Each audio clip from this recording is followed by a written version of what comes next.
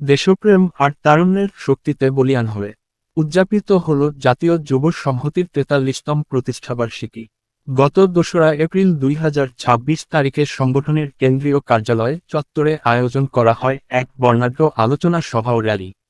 অনুষ্ঠানে প্রধান অতিথি হিসেবে উপস্থিত ছিলেন জাতীয় পার্টির প্রেসিডিয়াম সদস্য এবং সংগঠনের সাবেক সভাপতি অ্যাডভোকেট রেজাউল ইসলাম ভূঁইয়া। সভায় বিশেষ অতিথি হিসেবে বক্তব্য রাখেন সাবেক ছাত্রনেতা ও জাতীয় পার্টির প্রেসিডিয়াম সদস্য আলমগীর শিকদার রতন এবং চেয়ারম্যানের উপদেষ্টা খলিলুর রহমান।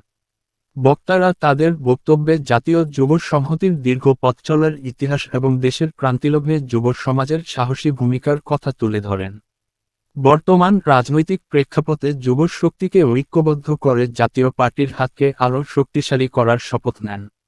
আলোচনা সভা শেষে এক বর্ণাঢ্য র্যালির মাধ্যমে অনুষ্ঠানের সমাপ্তি ঘটে। নিউজ ডেস্ক, প্রতিদিন নতুন খবর।